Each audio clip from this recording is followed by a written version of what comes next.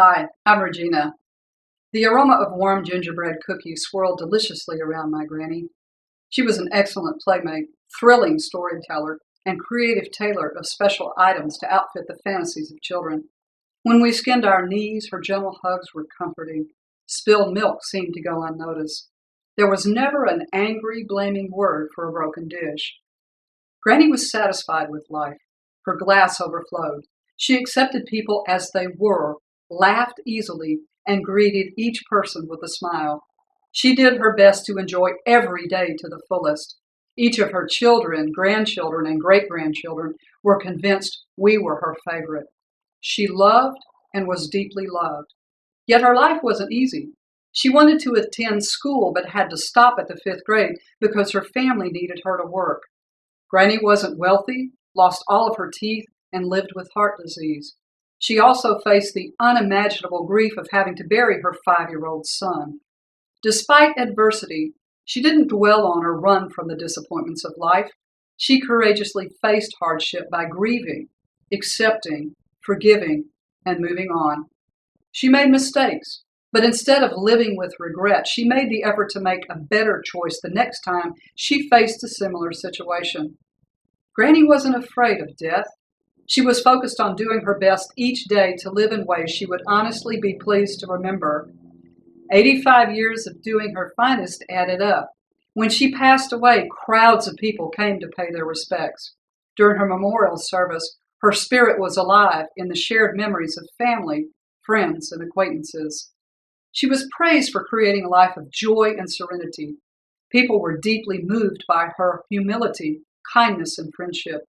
Her compassion, trustworthiness, and faith were inspirational. Each person with whom Granny spent time was touched by her open heart. Though decades have passed since her death, my memories of her have aged well. When my other grandmother passed away, she didn't leave the same pleasant memories. Her attitude was negative, her glass always empty. Nothing was good enough. Life had been too hard. She placed value on things. My memory of her surrounding herself with fine objects is especially vivid because I was not allowed to sit on the furniture in my grandmother's living room. I learned not to take it personally. Thinking back, I don't ever remember anyone ever sitting in my grandmother's living room. My grandmother also supported judgmental television evangelists. She sent them money and was especially generous with those who desired to change gay people into God-fearing heterosexuals. At the time, I took this personally. Later, I wondered if she may have felt differently had she known about me. My grandmother's lifetime of self-centeredness caused her heart to close. Instead of facing life's hardships and challenges head-on, she attempted to medicate them away. She was constantly ailing and focused on her own suffering. As a result, her off-putting demeanor kept other people at a distance. At her funeral, people struggled to find positive things to say. It was awkward and embarrassing.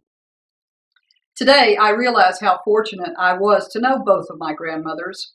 While they were two very different people, each taught me by her own example. One grandmother modeled how to create a life filled with anger, resentment, and loneliness. She didn't connect the dots between investing adversely in life and receiving the undesirable in return. She spent her life looking for accountability outward and for other people to change. When accountability outward didn't come and other people didn't change, she resorted to blame and increased efforts to control others.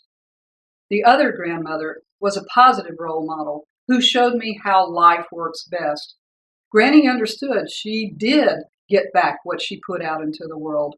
She recognized part of loving herself was doing the work necessary to intentionally change any of her behavior that didn't feel good to her or to other people.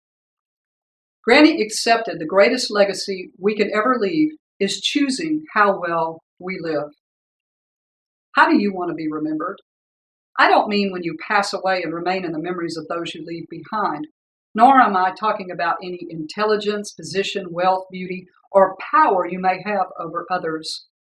At the end of each day, how do you honestly, with your heart, want to remember how you are choosing to live?